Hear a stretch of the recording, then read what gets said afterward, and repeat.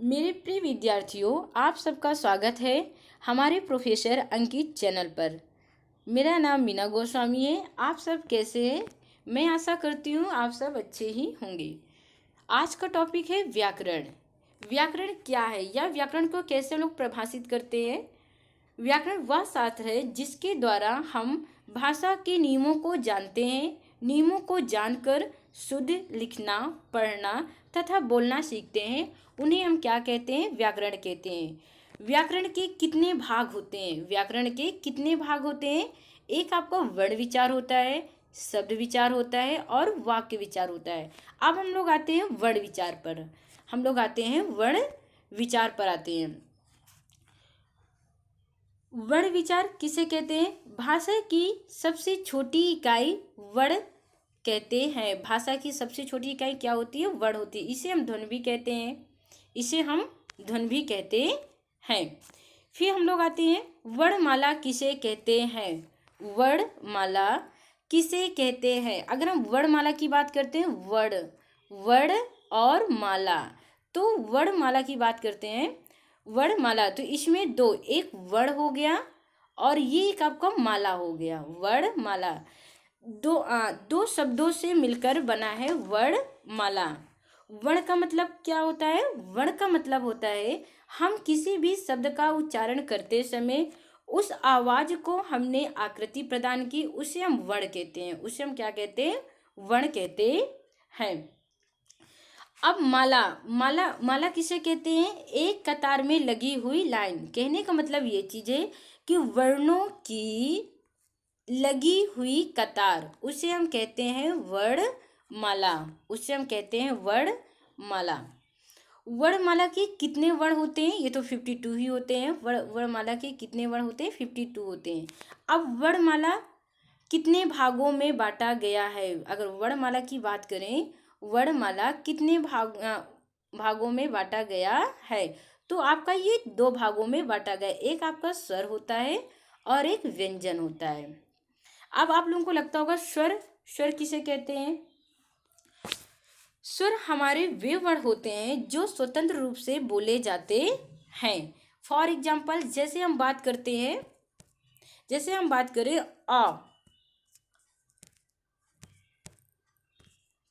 आ, ई, उ, ऋषि, ए, ओ, औ। ये आपके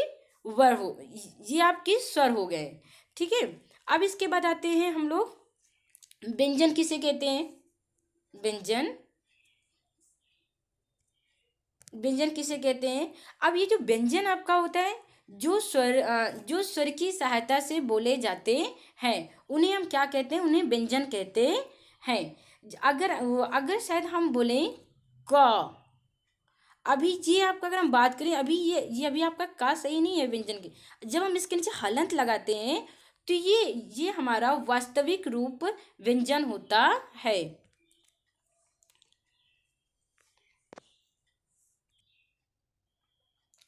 अब स्टार्ट करते हैं हम कि ये जो हमारे स्वर होते हैं, ये स्वतंत्र रूप से बोले जाते हैं और जब किसी व्यंजन के साथ इनका प्रयोग करते हैं तो ये मात्राओं में आ जाते हैं। जब हम किसी व्यंजन के साथ इनका यूज करते हो तो ये किस में आ जाते हैं? मात्राओं में आ जाते हैं। जैसे अब इसकी मात्राएं होती है आ, छोटा आ, ये मात्राएं होती हैं छोटी की, और ये बड़ी की मात्राएं होती हैं।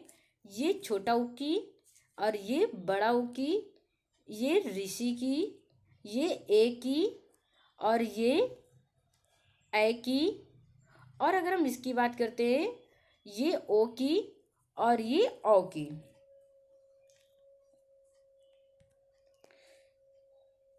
अब हम बात करते हैं कि स्वर कितने होते हैं। स्वर कितने होते हैं? तो हर्ष स्वर की बात करते हैं। हर्ष स्वर वे स्वर होते हैं जिनमें उच्चारण करते समय कम समय लगता है। जैसे आ, ई, उ तथा ऋषि। दीर्घ स्वर किसे कहते हैं? उच्चारण करते समय हमें अधिक समय लगता है, उसे हम दीर्घ स्वर कहते हैं। जैसे फॉर एग्जाम्पल की बात करें, आ, ई, उ, ए, ऐ, ओ, औ।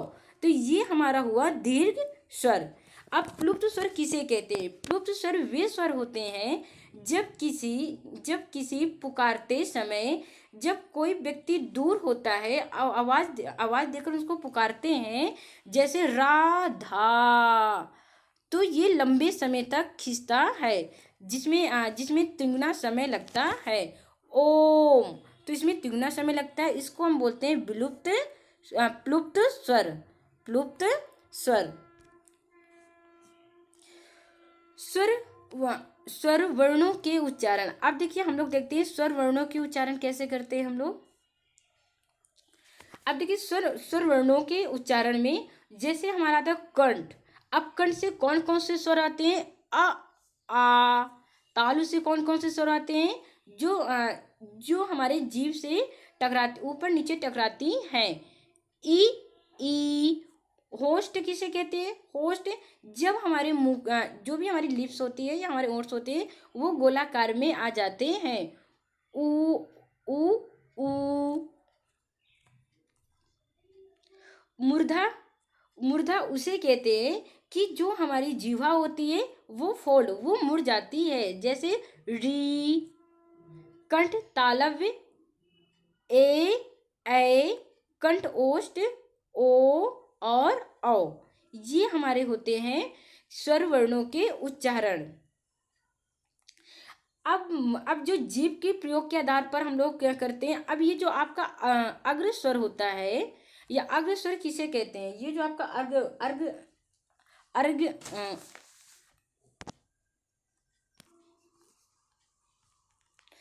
ये जो हमारा अग्र स्वर होता है, अग्र स्वर उसे कहते हैं जो हमारी जीवा, ये जो हमारी जीवा होती है, ये हमारी जीवा होती है।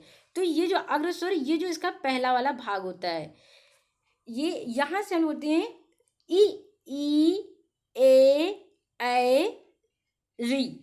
ठीक है। और जो ये जो हमारा मध्य स्वर होता है,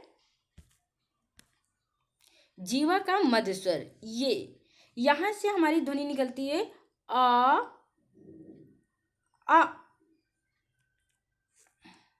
ये जो पश्च स्वर होते हैं, ये हमारी जीवा की पिछली वाली भाग होता है, वहां से हमारी ध्वनि निकलती है आ, उ, ओ, औ। ये हमारी जीवा की प्रयोग के आधार पर। और ये जो हमारा ओष्ठ की स्थिति के आधार पर होते हैं, इसे अवृत्तिमुखी स्वर। ये जो अवृत्तिमुखी स्वर होते हैं, अवृत्तिमुखी, ये जो हमारे अवृत्तिमुखी स्वर होते हैं, जब हम इनका उच्चारण करते हैं तो हमारे ओंठ का जो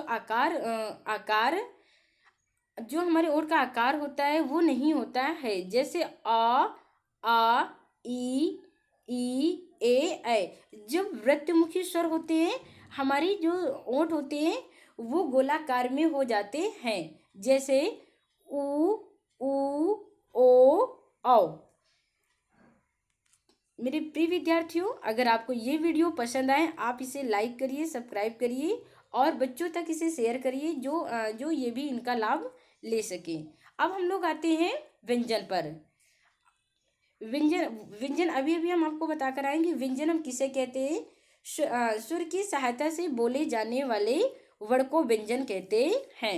किसकी सहायता से बोले जाने वाले? स्वर की सहायता से बोले जाने वाले स्वर को व्यंजन कहते हैं। अब ये आपका व्यंजन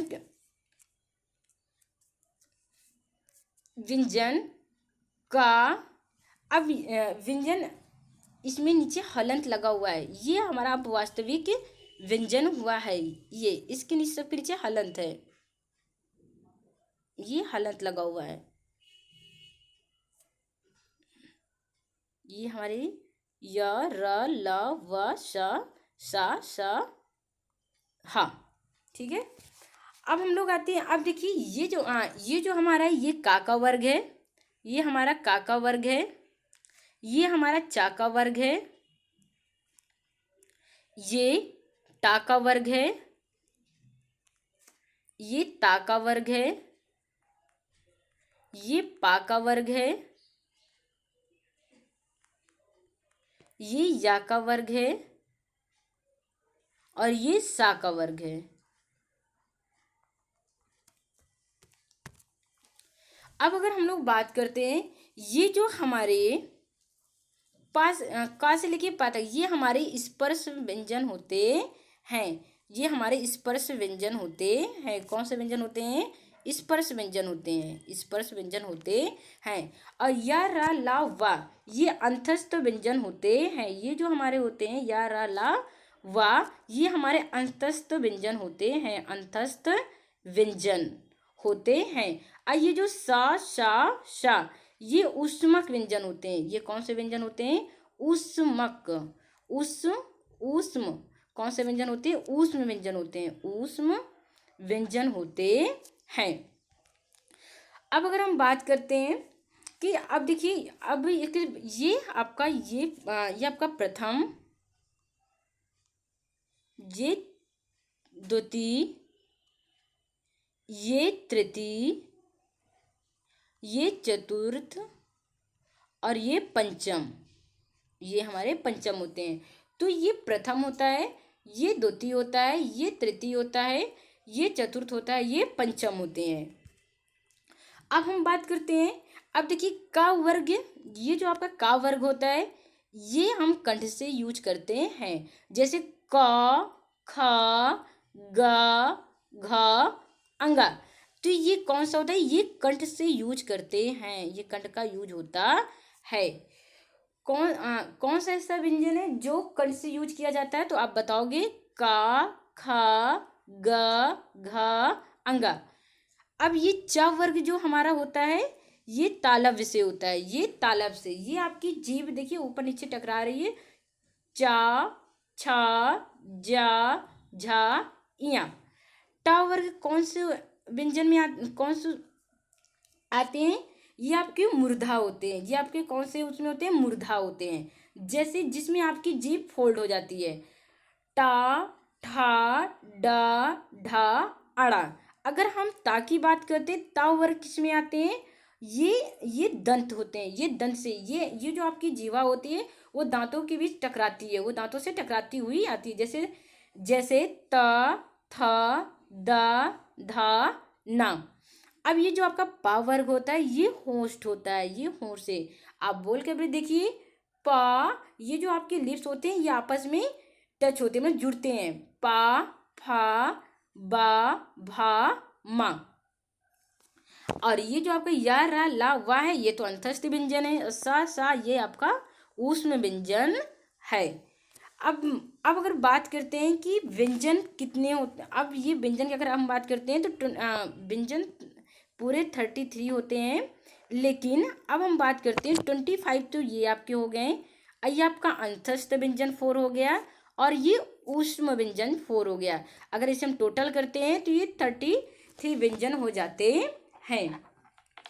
हाँ, अगर पेपर में अगर आपके क्वेश्चन ये पूछा जाए परंपरागत रूप से व्यंजन की संख्या कितनी होती है तो 33 होती है। अगर ये क्वेश्चन पूछा जाता है हिंदी वर्णमाला में हमारे व्यंजन की संख्या कितनी होती है तो आप बताओगे 39। अगर परंपरागत रूप से व्यंजन की संख्या पूछे तो 33 होती है। अगर हिंदी वर्णमाला में हमारे व्यंजन की संख्या पूछे तो 39 होती है। ठीक है गाइस, आगे बढ़ते हैं। अगर आपको ये वीडियो पसंद आई हो तो आप इसे लाइक करिएगा, सब्सक्राइब करिएगा और बच्चों तक इसे शेयर भी करना मत भूलिएगा। चलिए, व्यंजनों का वर्गीकरण। अब हम लोग आते हैं व्यंजनों का वर्गीकरण। व्यंजनों का वर्गीकरण कैसे होता है? ये जो आपका घोषत्व के आधार पर की अगर हम बात करते हैं तो ये जो स्वर तंत्र में इसमें कंपन होता है, इसके आधार पर अगर बात करें तो इसमें कंपन होता है। अघोष व्यंजन किसे कहते हैं? ये वे व्यंजन कहलाते हैं जिनके व्यंजनों के उच्चारण में हमारे जो स्वर होते हैं, स्वर तंत्र होते हैं वे कंपन नहीं करते हैं, उन्हें अघोष व्यंजन कहते हैं। उन्हें कौन से व्यंजन कहते हैं? उन्हें अघोष व्यंजन कहते हैं। अगर अब हम बात करते हैं, उसे अघोष व्यंजन कहते हैं। हर वर्ग का पहला दूसरा व्यंजन अघोष होता है। अभी एक मिनट, अभी यहाँ पास हम लोग पढ़ के आए पहला, ये आपका दिया हुआ है पहला और दूसरा, ये क्या होते हैं? ये अघोष होते हैं। ये क्या होते हैं? अघोष होते हैं। अगर आपको सच में याद करने का सबसे अच्छी तरीका मैं आपको बता रही हूँ। आप ऐसे करके अघोष व्यंजन अगर आपको याद करना है तो आप ऐसे याद कर लीजिएगा, 1 और 2, मतलब जो आपका ये 12 होता है ये अघोष हो जाएगा। मतलब फर्स्ट और सेकेंड, ये जो हम लोग पढ़ते हैं प्रथम और द्वितीय, ये अघोष करके आप याद कर सकते हो, ये आप नहीं भूल पाओगे। बस इतना याद रखिएगा, जो अघोष होते हैं उससे हम 12 करके याद कर लेंगे। जैसे फर्स्ट और द्वितीय, जैसे का और खा, चा और छा, टा और ठा, ता और था, पा और फा, ऐसे ही सब अघोष व्यंजन होते हैं। अब हम आते हैं, अब देखिए ये जो आपका सा, सा, हा, ये तो ऊष्म व्यंजन हो गया, इसको भी अघोष व्यंजन कहते हैं। अब सघोष व्यंजन में हम आते हैं। सघोष व्यंजन किसे कहते हैं? हर वर्ग का तीसरा, चौथा, पांचवा। अब देखिए इसको भी हम ऐसे ही याद कर सकते हैं। एक मिनट गाइज, तीसरा, चौथा, पांचवा, इसे हम ऐसे ही याद कर सकते हैं, 3, 4 और 5, मतलब 345 करके इसे हम याद कर सकते हैं कि जो अघोष होते हैं वो 12, और अगर उसकी बात करते हैं फर्स्ट,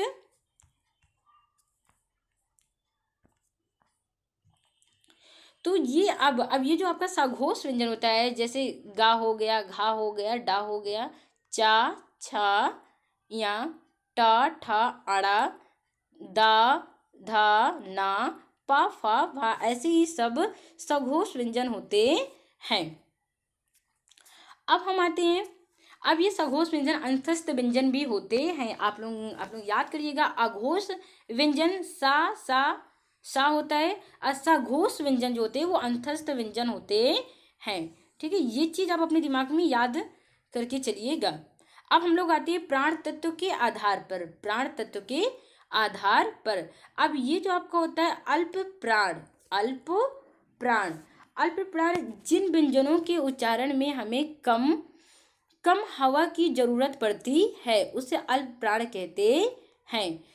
जिस उच्चारण में हमें कम हवा की जरूरत पड़ती है उसे हम क्या कहते हैं? अल्प प्राण कहते हैं। वर्ग का पहला और पांचवा, अब देखिए इसमें अभी हम अघोष में 12 करके याद किए थे। अब आप अल्प प्राण में ऐसे याद करिए, पहला और तीसरा करके, मतलब पहला और तीसरा, मतलब ये जो आपका मान लीजिए का हो गया और गा, इसी तरह आपका चा हो गया और जा हो गया, इसी तरह आपका टा हो गया और डा हो गया। इसे धीरे धीरे आप पहला और तीसरा, ये अल्प प्राण होते हैं। अब इसमें अंतस्थ व्यंजन होता है, ये अल्प प्राण में अंतस्थ व्यंजन भी आते हैं आपकी। अब अगर मैं बात करूं महाप्राण, अब देखिए, अब हमें इनमें कम हवा की जरूरत पड़ती है अल्प प्राण में, और ये जो आपकी जो महाप्राण होता है इसमें ज़्यादा हवा की जरूरत पड़ती है, उसे हम महाप्राण बोलते हैं। हर वर्ग का इसमें दूसरा और चौथा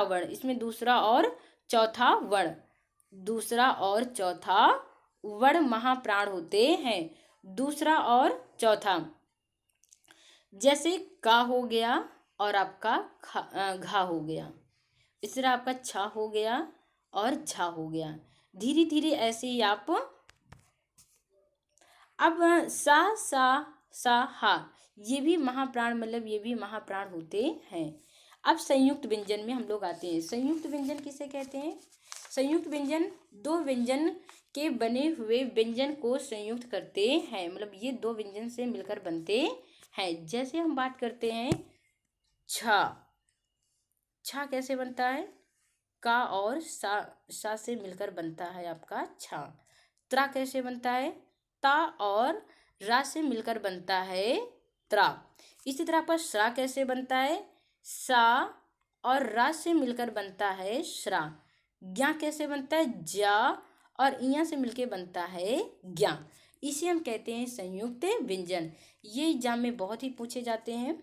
जैसे बोलते हैं कि छा व्यंजन किस व्यंजनों से मिलकर बनते हैं, तो आप बताओगे का और सा से मिलकर बनते हैं छा व्यंजन। ठीक है गाइज। अब हम आते हैं द्विगुण व्यंजन। द्विगुण व्यंजन किसे कहते हैं? द्विगुण व्यंजन वे होते हैं कि ये जो आपका बिना बिंदु का होता है, जैसे हम आपको डिफाइन करें, डकार, डकार। अगर हम ड शब्द पहले आता है तो उसमें बिंदु नहीं लगाते हैं। अगर यही ड बीच में आता है सड़क, तो इसमें हम बिंदु लगाते हैं।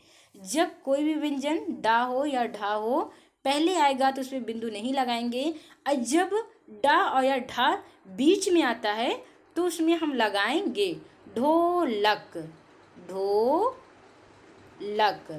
ये पहले आ गया तो इसमें हम नहीं लगाएंगे, क्योंकि ये पहले उसमें आ गया, बीच में आता है तो हम जरूर लगाते हैं। ठीक है गाइज। अयोग वाह किसे कहते हैं? अयोग वाह, अयोग वाह, देखिए जो अयोग वाह होते हैं इसे हम अनुस्वार कहते हैं। इसे हम क्या कहते हैं? अनुस्वार कहते हैं। और जो आपका आहा होता है उसे हम विसर्ग कहते हैं। उसे हम क्या कहते हैं? विसर्ग, विसर्ग कहते हैं। अब ये जो अयोग वाह होते हैं, ना तो ये स्वर की श्रेणी में होते हैं, ना तो ये व्यंजन की श्रेणी में होते हैं। इसका सिर्फ नाम दे देते हैं अयोग वाह। ना हम इसे स्वर कह सकते हैं, ना हम इसे व्यंजन कह सकते हैं। अगर आपका क्वेश्चन बन सकता है तो ऐसे बनेगा, अयोग वाह किस श्रेणी को कहा जाता है? तो आप बताओगे अनुस्वार या विसर्ग। ये दो ऑप्शन आपका दिया रहेगा, यही दो में होगा आपका। ठीक है गाइस, आज के लिए इतना ही। हम नेक्स्ट डे आते हैं, आपको इसके क्वेश्चन के साथ कराएंगे। आपका टॉपिक क्लियर हो जाएगा व्याकरण, आपको कोई प्रॉब्लम नहीं होगी। धन्यवाद।